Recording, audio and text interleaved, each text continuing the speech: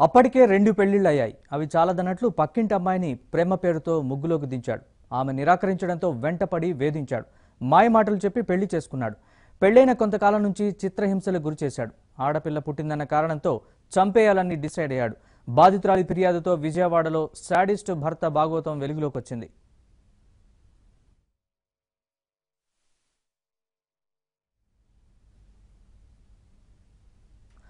విజయవాడ పెనమలూరుకు చెందిన రాజారత్నం మాయమాటలు చెప్పి ప్రశాంతి అనే యువతిని పెళ్లి చేసుకున్నాడు. ప్రశాంతి కాపురం 3 నాళ్ల ముచ్చటే అయింది. కాపురంలో గొడవలు మొదలయ్యాయి. భర్త చిత్రహింసలు పెట్టడం మొదలుపెట్టాడు. దీంతో పెద్ద మనుషులు జోక్యం చేసుకుని ఇద్దరికీ సర్ది చెప్పారు. అయినా అతని తీరు మారకపోవడంతో పంచాయతీ పోలీస్ స్టేషన్కు చేరింది. వారు కూడా కౌన్సిలింగ్ ఇచ్చి పంపించేశారు.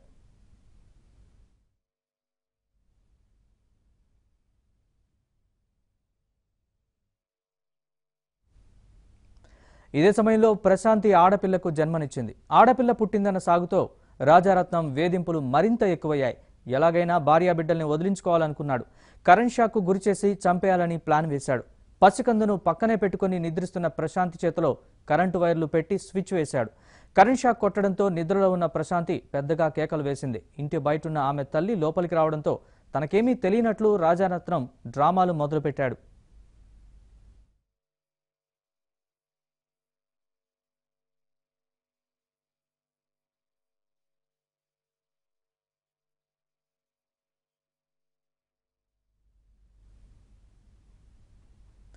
తన భర్త అరాచకాలపై పోలీసులకు ఫిర్యాదు చేసినా వారు పట్టించుకోలేదని బాధితురాలు ఆవేదన వ్యక్తం చేస్తోంది. ఘటన జరిగి రోజులు గడుస్తున్నా ఇంతవరకు అతన్ని అరెస్ట్ చేయలేదని వాపోయింది. ఫిర్యాదును వెనక్కి తీసుకోకపోతే చంపేస్తానని మధ్యవర్తుల ద్వారా బెదిరించడంతో బంధువుల ఇంట్లో తలదాచుకుంటున్నామని ప్రశాంతి ఆవేదన వ్యక్తం చేస్తోంది. భర్త నుంచి తనకు ప్రాణరక్షణ కల్పించాలని విజ్ఞప్తి చేస్తోంది.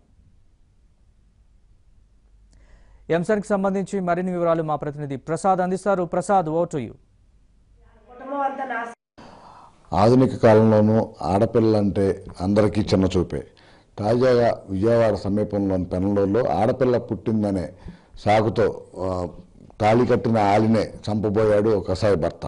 దీనిపై పోలీసులకు ఫిర్యాదు చేసినప్పుడే కూడా సరిగా స్పందించడం లేదని బాధితులు ఆవేదన వ్యక్తం చేస్తున్నారు. ఏ సమయంలో ఇంటి మీదకి వచ్చి ఏం దాడి చేస్తారోనని బంధువుల ఆదరణతో రక్షణ పొందుతున్నారు. అయితే ఈ వివాదానికి సంబంధించి మరిన్ని వివరాలు తెలియజేసేందుకు మన దగ్గర బాధితురాలు ప్రశాంతి కూడా ఉన్నారు. చెప్పండి, అంటే ఎప్పటి నుంచి మీకు వేధింపు మొదట్లో ఎట్లా చూసుకున్నాడు, వేధింపు తర్వాత ఎట్లా ప్రారంభమయ్యాయి? పెళ్ళై 4 సంవత్సరాలు అవుతుందండి. పెళ్ళైన మొదటి నుంచి కూడా ఇట్లాగే హింసిస్తూ ఉండేవాడు. ఇంట్లో తాళాలు పెట్టేసి పొద్దున్న వెళ్ళిపోయి 2 రోజుల వరకు వచ్చేవాడు కాదు. ఇంట్లో ఏమున్నాయో ఏం లేకుండా కూడా చూసేవాడు కాదు. ఒక కిటికీ తలుపు తీసినా కూడా అనుమానించేవాడు. నీ వైపు చూస్తున్నాడు ఏంటి, ఈడు నీ వైపు చూస్తున్నాడు ఏంటి అని విపరీతంగా అనుమానించేవాడు. ఆ బాధలు భరించలేక ఆయన అలాగే ఎలాగో పెళ్ళి అయిపోయింది కదా, తప్పదుగా అలాగే బతకాలని బతుకుతూ వచ్చాను. ఆ టైంలో నాకు ప్రెగ్నెన్సీ వచ్చిందని తెలిసింది. ప్రెగ్నెన్సీ వచ్చిన 9 నెలలు కూడా ఇంట్లో పెట్టేసి హింసలు పెట్టేవాడు. ప్రెగ్నెన్సీతో ఉన్నప్పుడు బయట గాలి లేక వెలుతురు లేక నీరు పట్టి 90 కేజీలు వెళ్ళిపోయి చచ్చిపోయే పరిస్థితిలోకి వెళ్ళాను. అప్పుడు అమ్మా నాన్న నా దగ్గరికి వచ్చి గొడవాడి ఇంటికి తీసుకెళ్లారు. ఇంటికి తీసుకెళ్లిన తర్వాత బాబు పుట్టాడు. బాబు పుట్టిన తర్వాత కూడా గొడవ చేస్తాను, నా ఇంటికి పంపించే, లేకపోతే మీ వాళ్ళందరినీ చంపేస్తాను, నా ఇంటికి వచ్చాయని బెదిరించాడు.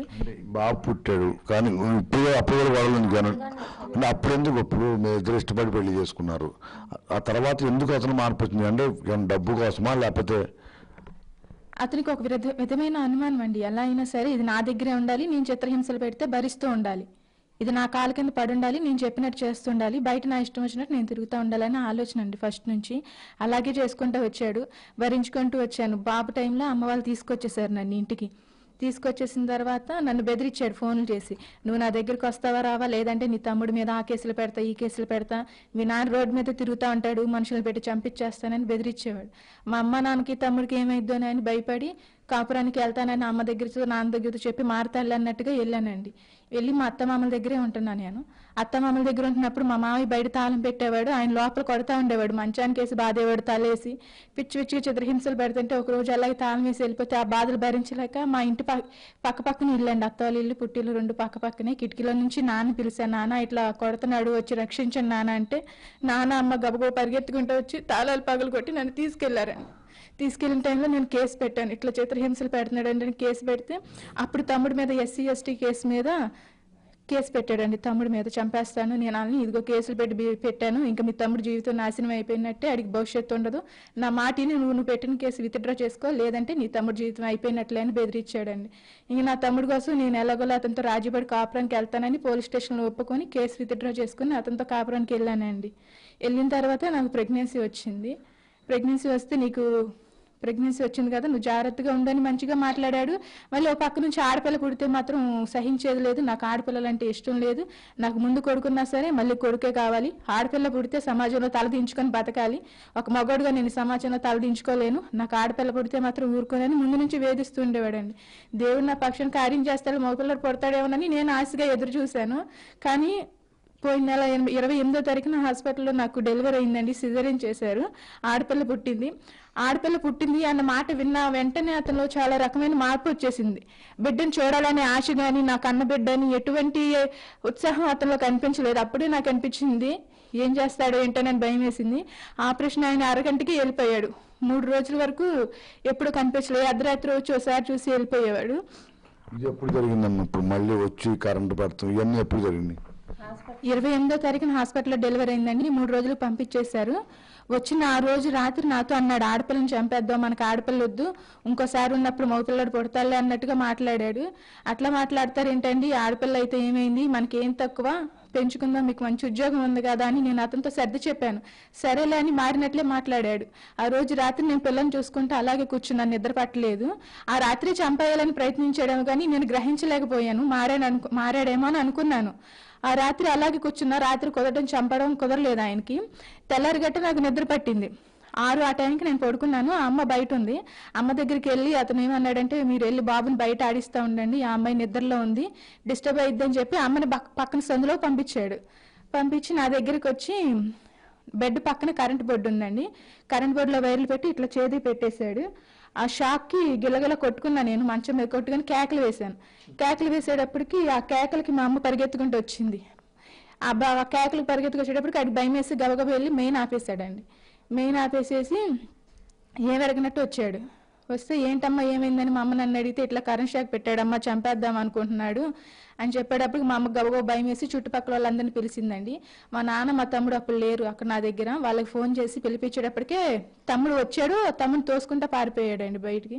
ఇంతవరకు దొరకలేదు. పోలీసులకు ఈ విషయం ఏదో కేసు రాయమని చెప్పాము.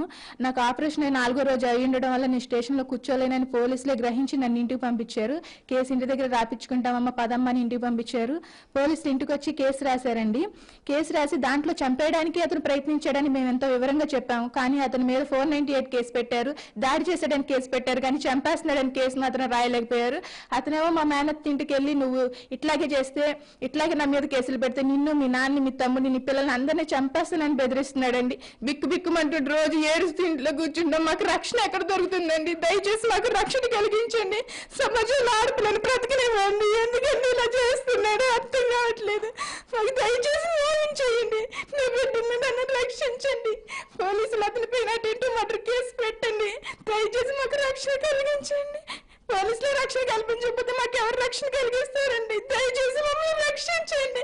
అతను ఎక్కడొచ్చి ఏం చంపేస్తాడు అని భయంతో క్షణం బ్రతుకుతున్నా. దయచేసి సహాయం చేయండి. అతనిపై attempt case, murder case file చేయమని వేడుకుంటున్నానండి. దయచేసి నాకు నా బిడ్డలకి న్యాయం చేయండి. EV bulletin